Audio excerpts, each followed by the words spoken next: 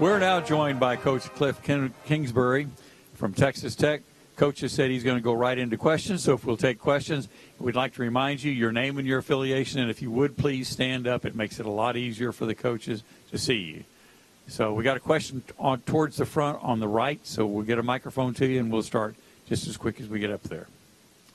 She's on her way, all the way up the front.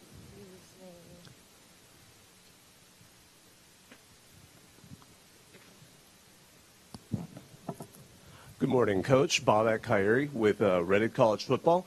You had some key losses at receiver to the NFL. Who should we expect to see stepping up this season? Yeah, we lost quite a few playmakers that had been really good players for us at wideout, but have some young guys that have really been waiting in the wings. I think you got to start with TJ Vassar. Last year made some plays, still needs to grow up some, has to mature, but has a very high upside.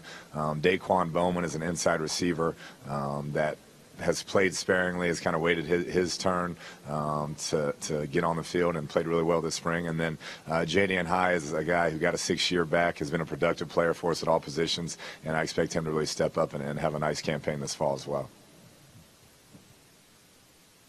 We got a question over here across the aisle.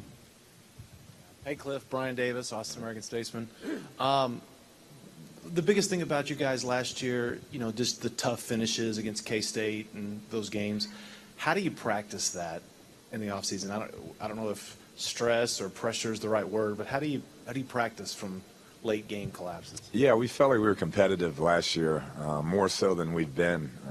Had a chance in almost every game late in the fourth quarter and didn't get it done. We have to kick better, first and foremost. We know that. Have to be better on special teams. And then we've just preached finish in everything we do. Every drill we do, every session we have, it's about finish and finishing strong. And I'm not sure if there's a particular way to practice that to simulate a game, but we've just tried to preach finish this entire offseason. A question on the right side on the aisle. If you would, please stand up. Thank you. Hey, Coach. Nick Kruger, Rivals.com. 2 quick questions. First, you guys have been real successful the past couple of weeks recruiting. Just kind of talk generally about, what you've been able to tell the recruits in order to get them to buy in this year. And then also the effect of Dakota. He seems to really resonate with the defensive recruits and his impact on your efforts out there. Yeah, it's been interesting for us. Having the early signing period and then having the summer visits, I think it delayed some commitments as players are taking more of their visits. They're having them during the summer, and I think they're having an opportunity to do so. So I feel like some of the recruits have been more thorough and going to see different places, and that probably delayed some of those commitments. But we're excited about the class. And as far as Dakota goes, I think the Netflix thing was huge. They all saw him on there. He was portrayed in a very good light. He's a tremendous player as well, and so I think you combine those things, and he's very visible right now to those younger players. Got a question in the middle. Just a moment, we'll get a microphone to you.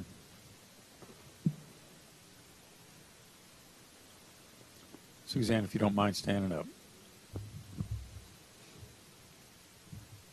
Hey, Kliff, Suzanne Halliburton with Austin American Statesman. I wanted to ask you about construction and stadium renovations. What's the next trendy thing that coaches are going to ask their athletic directors to build for them?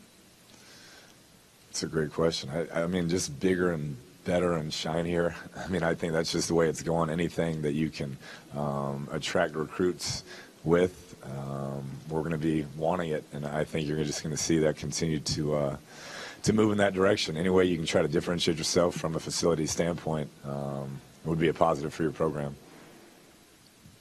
Question on the left aisle. Jason Elmquist, Stillwater News Press. At this event last year, you were asked pretty bluntly about the struggles defensively. This year, you come in leading the Big 12 in all Big 12 selections on that defensive side. How do you feel you're starting to trend on that side of the ball? Yeah, I mean, obviously it's preseason, and so you take everything with a grain of salt. But excited for Coach Gibbs and that defensive staff and those defensive players. When Coach Gibbs took the job 4 years ago, he kind of had to redo it all, and he had a vision, knew what he wanted to do, but had to go through 2 really tough years. To his credit, stuck to his guns with his philosophy, his recruiting, And now, we're making some strides on that side of the football. So really had to credit him a ton with sticking it out and just having continuity on that side of the ball to develop a culture, develop an identity that those defensive players and staff are taking a lot of pride in now. Got a question on the outside right. Brian, if you'll stand up, thank you. Hey, Kliff, Baldy here, Fox Sports. With your success that you've had at Texas Tech with the quarterback, I'm just curious what you have this year, if Jet is in the competition, and is it still open right now? It is. We have three guys, all very talented. They're inexperienced players, but all very talented. McLean Carter, Jet Duffy, and Alan Bowman. Each athletic, can extend plays, can do all the things we want them to do. We just got to figure out who's going to separate themselves and be the guy. It's the first time in a while that I've gone into a fall camp not really knowing who it's going to be. And so for me, coaching the quarterbacks, working with the quarterbacks, it's exciting. It's a challenge. And we're fired up to see who kind of steps up during the competition and separates himself. Question on the left, about halfway back. Don Williams from the Lubbock Avalanche Journal. Kliff, even if you don't say so, do you have in mind a guy that you feel like is in the lead at quarterback right now based on what you saw in the spring and what you've heard in the summer? Yeah, I really don't. I've tried to be very open-minded on that. McLean has been there 2 years and got more reps than the other two, so I wanted to make sure that Jet and Allen were able to get on kind of an equal playing field before I started evaluating any sort of competition. So I wanted to get them through spring, see how they worked in the summer, continue to watch them throughout the summer, and then really, hey, we're in fall camp. We're all on the same level now. Let's see who can take this thing and run with it. So I've tried not to pick a guy in my mind. I'm going to keep it wide open and see who separates during fall camp. We got a question on the far right side in the back. Hey, hey, Kliff. Eric Kelly, KOBK. Are you willing to, if some guy doesn't come ahead and be the guy that you want by the season opener, are you willing to go with two quarterbacks, or are you set on saying we're going to have one guy come that season opener against Ole Miss? We'd like it to just be one guy. That's how I've done it. But I'm not opposed to it. Whatever's best for the team and the offense, we'll do. I'd like to really push the reps and the focus to one guy and really develop him to the highest extent, making sure the other guys are getting good work too. But I think we've had success in our program recently of really pushing it to one guy and making him the focus. Question on the aisle to the front. Yeah, you Jake need Trotter. to stand up, please, if you will. Thank you. Okay, hold on a second. Jake Trotter with ESPN. Kliff, how do you feel like your talent level compares defensively to the teams you're going to play in the Big 12? And is this the first year since you've been there you feel like we can be as good as anybody in the league on that side of the ball? I hope so. I know depth-wise we're light years ahead of where we've been. I think that's really developed the competitive nature on that side of the ball that's made us better. And I think it starts with the defensive line having 8 to 10 bodies that we feel like can truly play in the Big 12.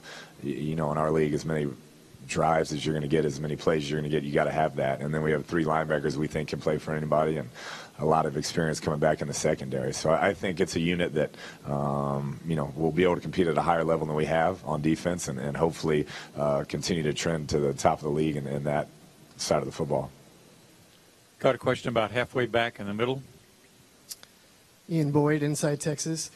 Did the success of dime defenses last year from Iowa State and Texas lead you guys to consider any changes in your offensive philosophy? It's always been a team that throws the ball around a lot, and now more and more Big 12 teams are just flooding the field with DBs. So what are your thoughts on that? Yeah, I think everybody's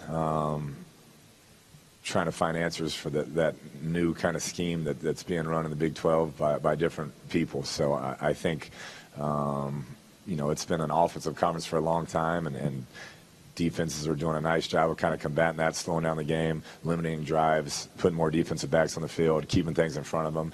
And so I think you could see kind of a cyclical trend in our league of maybe trying to run the football more tight ends, more fullbacks, coming up with answers to kind of offset what they're doing defensively.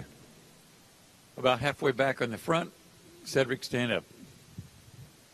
Cliff Cedric Golden, Austin American Statesman. With the big names that have left, quarterback Baker, Mason Rudolph, Kenny Hill, does it kind of make this season a little different with the inexperience at that position? Yeah, I think it'll be interesting. In our league, there always tends to be young guys step up and play on a high level. You know, Will Greer at West Virginia is kind of the name coming back, who's done a tremendous job there. But I'm sure there'll be some young players that step up and have great campaigns. I think if you look at the history of the teams that have won the Big 12 championship recently, they've had really, really good quarterback play. And so somebody's going to step up and get it done. Got a question about halfway back. Chuck, you need to stand up. Thank you. Chuck Carlton, Dallas Morning News. Cliff, the new redshirt rule. Have you given any thought about roster management and how that might affect you guys during the course of the season, maybe being able to spot guys for 4 games? Yeah, we have. I think everybody's trying to figure out when the best time is to use it. It's probably going to be a case-by-case basis.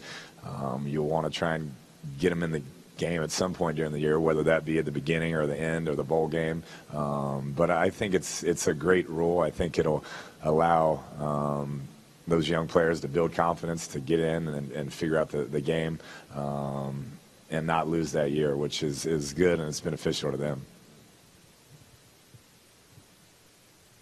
Anything further for Coach? We got a question about halfway back, Barry. Yeah, Cliff, Barry Trammell with the Oklahoman. I asked Gary this. The perception of the league seems to have improved a lot in the last two years, the stability. Have you found that on the recruiting trail? Has that been something you guys don't have to answer as much? And how beneficial has that been to all the members in the conference? I think so. I think, OU playing in the playoff last year was kind of stepping back in the arena some. There were a couple years where we weren't in there, and so that was being used against us as a conference in recruiting. But, having that presence last year, I think, meant a lot to the Big 12, and hopefully that continues. Anything further for Coach? One last time. Any more questions for Coach? We got a question all the way in the back. Is that all the way in the back? Just a second. Get a microphone. I was just wondering what you thought Patrick Mahomes might bring to the Chiefs now that he's the guy. Yeah, I'm excited about Patrick. He's obviously been kind of thrust into that starting position, and that's a big responsibility in only his second year and replacing a Pro Bowler. But you look at the weapons they have on offense. You look at Andy Reid being such a great quarterback coach, and then just knowing Patrick, as I do, the type of work ethic, the type of maturity he has, I expect him to play at a really high level and them be a lot of fun to watch. Question on the outside left. Just a moment. Jason Up with Stillwater News Press. 6 of the 8 leading rushers from a year ago are returning this year. What does the landscape of the running back position look like in the Big 12 this year? Yeah, there's some really talented young players. Montgomery there at Iowa State is as good as you'll see in the country. I've been impressed with him since his freshman year. And then there's a handful of others that could play for anybody. And like I mentioned, I think with as many as the zone coverages, teams dropping everybody out of there, playing the dime defenses, teams are going to be leaning on running backs more and more, and you're going to see some very productive years from those guys. Got a question on the aisle, left. Don Williams from Lubbock Avalanche General. Cliff, the fact that you opened the season against Ole Miss, open conference at Oklahoma State, in regards to the quarterbacks, do you do anything different, since those are a couple of tough teams that you have to have good quarterback play against early? Yeah, no, you just do the best job you can and try to get those guys ready. I don't think there's anything that can prepare them for that type of game one atmosphere. It's going to be a bowl type atmosphere for that kickoff game in Houston, and you just throughout fall camp make sure they're as ready as you can be, and then you got to cut it loose and see how they play in front of the bright lights. Last call. Okay, Coach, good luck on the season. Thank you.